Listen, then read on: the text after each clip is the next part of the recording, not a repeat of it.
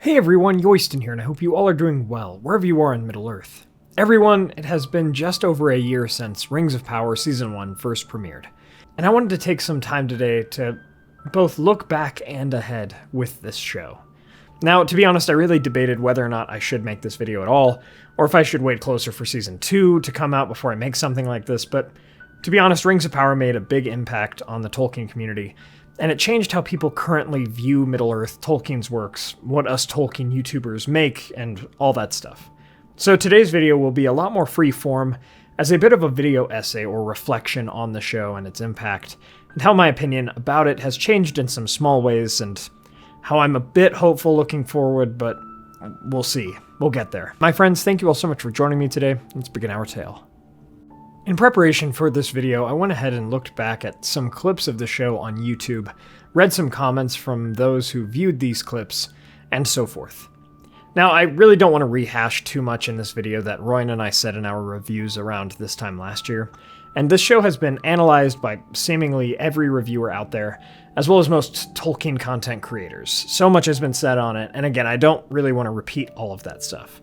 But looking at the show itself, there is so much dichotomy of what is and is not quality in my opinion. While a few visuals might not be as quality as most others, I do have to say that even a year later, this is probably the best thing about the show, the visual quality. Even in scenes where I think the story is absolutely subpar and of poor make, such as the elf and Balrog fighting next to the tree and the lightning striking it to create Mithril, the visuals of it all stand just so far apart from the story at play. I think we owe a lot of praise to John Howe for this, a renowned artist in the Lord of the Rings community who worked on the show, but even the CGI team and so forth, I mean, they really did a great job. Something else that is still good about the show, but maybe stands out to me a bit less, is the music. I'm a massive fan of Bear McCreary, the main composer for the show, mostly for his God of War soundtracks. And while a few of his songs stand out as really good in the show, I can't really bring to mind too many of the soundtracks. Maybe I was too distracted during my first watch through last year of the things that I didn't like about the show and I didn't pay enough attention to music, but there are definitely some really good songs in there. Speaking of which, let's now get to the things that I still don't like about the show. Looking back on my reviews with Royan last year, I remember moments where I just ranted and went off on the show. But to be honest, in hindsight, the show really wasn't worth a lot of the annoyance and frustration I felt towards it in those moments. Because after a few months, I really didn't think about Rings of Power all that often at all. Now, this is a personal metric that I use to see how much I really like a particular show, movie, or book. It's really how much do I continue to think about the story of it after I'm finished with it, or while that thing is on a break. For instance, speaking of God of War, like I mentioned earlier, after I played God of War Ragnarok last year, I thought about it and reflected on that game, watched YouTube videos about characterization and the writing and so forth for months, and I still sometimes do.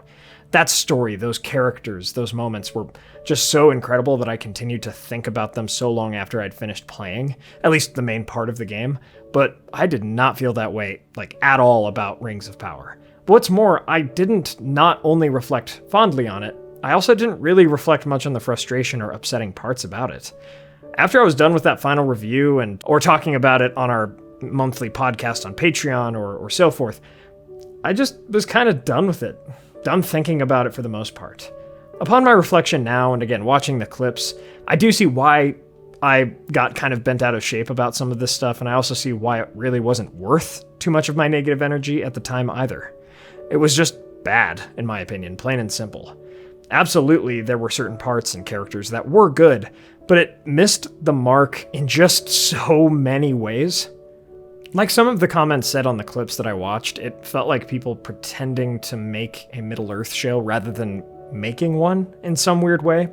For years leading up to Rings of Power, I made different videos and podcasts with Royan on Patreon about a bunch of the different news and trailers and things like that leading up to it.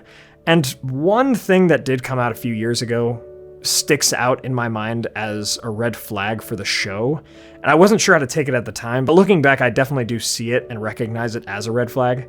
Tom Shippey, one of the most renowned Tolkien scholars of perhaps all time, he was working with the project, and then at some point he left it, right? It could have been because the script was finished or something like that, right? That was some of the speculation around it. but he left it. And I don't really know if he came back to it for season 2, scripts, and all of that kind of stuff. Not that I've heard. He hasn't. So, to be honest, I think that was a huge red flag when the Tolkien scholar on it really walked away. And because we know, right, Amazon's a big company, and like anything else, they would definitely use NDAs, non-disclosure agreements, we've never really heard why Tom Shippey left.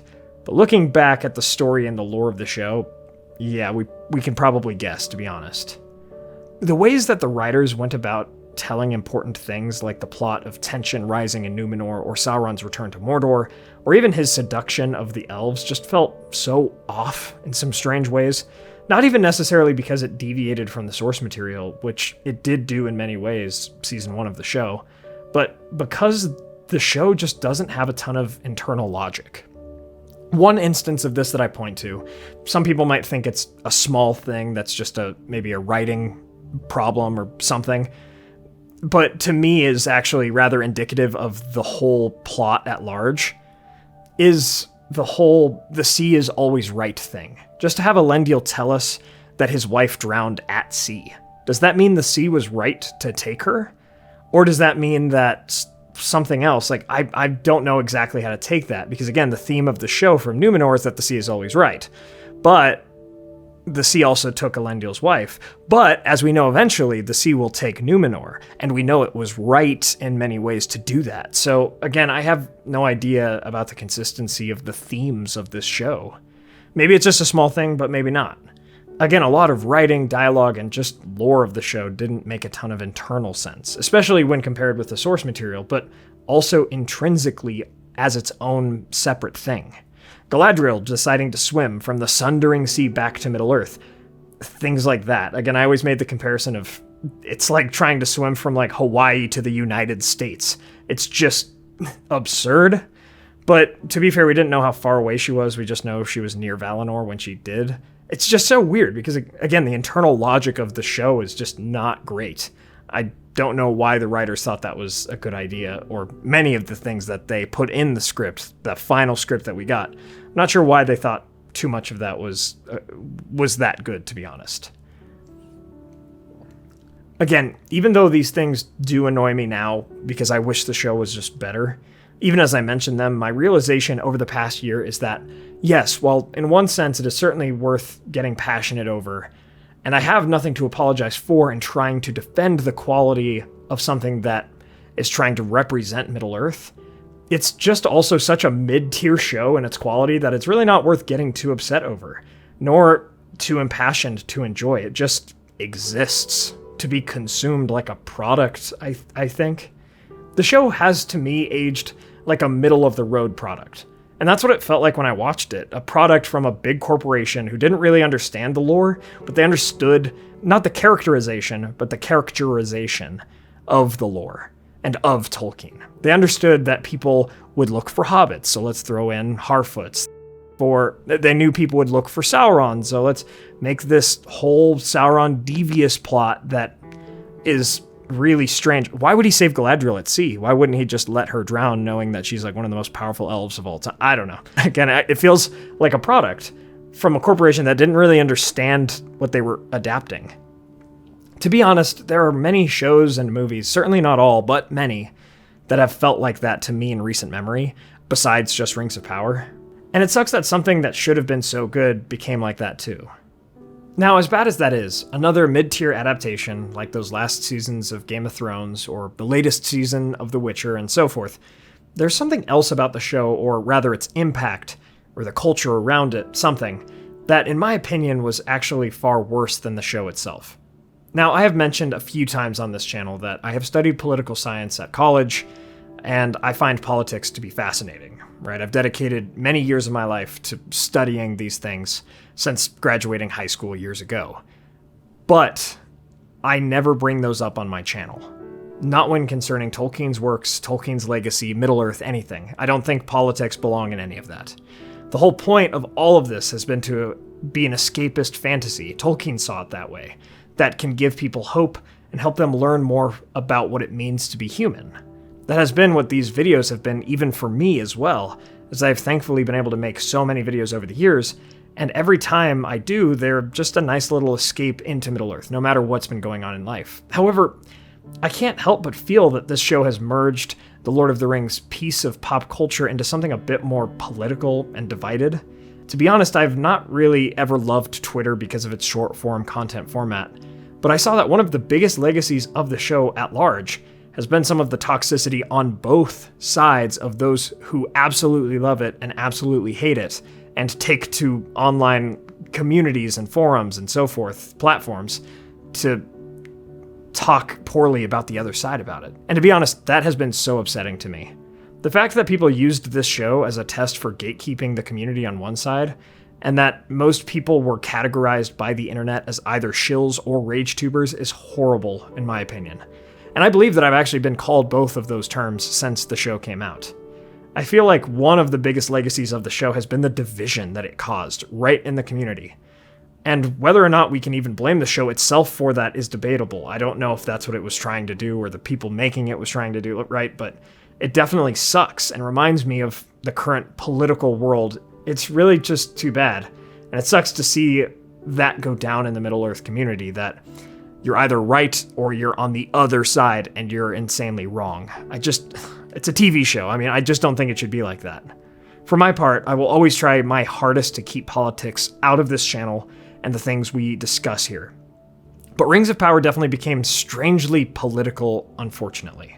Furthermore, with this whole cultural discussion about the show, that whole United Kingdoms trip that many Tolkien creators went on last summer, where they met the showrunners and so forth, was a widely publicized and criticized event. In my case, I chose not to attend those events, but I do not have any problems with those who did. But again, it just helped to perpetuate this division over the show that we've seen in the last year, but even before the show came out. The interesting thing is, though, no one talks much about season 1 of the show anymore, despite all of this. Sure, there are some discussions, but really not like it was a year ago. It wasn't good or bad enough to continue getting constantly discussed. It felt like it caused some massive stir, a huge whirlwind in the community, and then it just left. And I have a feeling season 2 might be the same way. Speaking of season 2, let's look at the future of this show. We expect the next season to air sometime next year in 2024, and while I said at the end of season 1, and I still say now that I actually personally think a cancellation of the show would probably be best, so that we could eventually get a better adaptation of the Second Age sometime in the years to come, sooner hopefully rather than later, that's definitely not going to happen. All I can say is that I hope feedback from season 1 is such that the showrunners try to move closer towards the book lore. That which they have access to, at least, because I know that's a whole different issue in and of itself. And I hope they forget most of this other stuff that they've been trying to make work that doesn't work. Introduction of characters like Círdan, Celeborn, Anarion, and others may help, because these have been characters that seemingly have been announced for next season, so long as the showrunners do them and their stories justice. Honestly, it is something I struggle with. When I think of something like the Witcher series and how it's generally considered to have gotten worse over time since season 1, especially with Henry Cavill's departure from it, when most of the fans seemingly came to the show to watch him play Geralt, it just seems so strange to me when showrunners can clearly see, if they go on the internet like at all, what their audience wants to watch, and give them not that thing. It would make more financial sense to do what the people who are paying to watch your show want, right? Instead, we've gotten so many instances, again, not just Rings of Power, but in a lot of different shows, of weird subversions of audience anticipations and expectations in just so many pieces of media, and even games recently, that those things eventually begin to lose hype, and therefore they begin to lose money. I just cannot wrap my head around that. Like, who would have been more upset if Rings of Power was a closer adaptation to the books? I can tell you that many people would have been and are mad that the show is not like the books, but others certainly would not have been legitimately more upset at the quality of the show if it had been closer to the lore of the books. To me, it just seems that the showrunners purposefully deviated from the books, perhaps to cause some sort of controversy or something, but in doing so, they purposefully, I guess, lost hype around the show, and therefore, they almost purposefully lost money, in my opinion. Whereas when you look at something as classic and legendary and beloved as the Lord of the Rings films from Peter Jackson, which were made to appeal to the fans of The Lord of the Rings and general audiences alike, following most of the plot of the books, with some changes here and there that were usually pretty necessary, we see that those movies have and continue to build hype and make more money. So I just can't understand why anyone would purposefully deviate, cause controversy, and therefore lose money. So I don't know, I suppose my hope for Season 2 is that they don't deviate so much, that they bring it closer to what Season 1 should have been, closer really to the lore, but we'll just have to wait and see, I suppose. It's been over a year since Rings of Power premiered, and we see that it aged with, in my opinion, mediocrity. That many of the good parts and problems that Season 1 had then are still around in subsequent watches. What is perhaps its worst legacy, in my opinion, was the divide in the Lord of the Rings community, akin to something of politics. And it is my hope that we can learn to bridge that gap and become a more wholesome community again. Even as we move towards Season 2, which will either learn from its mistakes or lean even more heavily into what Season 1 was. But we will see, and I'm glad to have you all by my side as we go through it all together. Again, that sort of friendship and community, to me, is way more important than any sort of political thing attached to this show or its impact, so. My goal for myself is to not let it seem so bothersome when we are reviewing Season 2, if there are lots of problems with Season 2.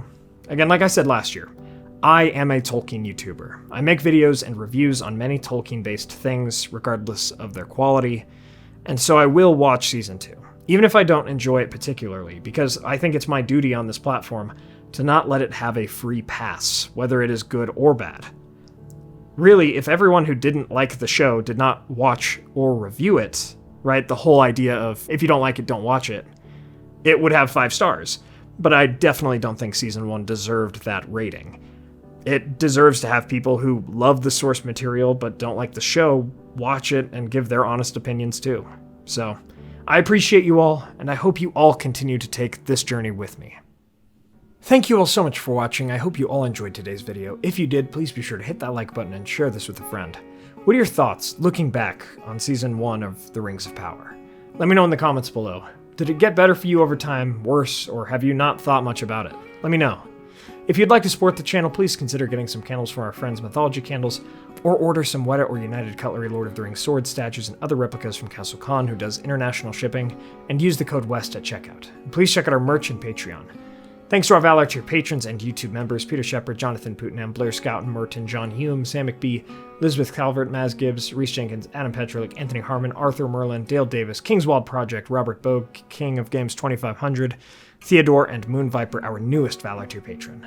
Please subscribe and hit that bell button to join the Men of the West and all of the free peoples today. And I'll see you all again next week with a video on where did the Nazgul likely come from. My friends, thank you all so much for joining me on this adventure. Until the next one.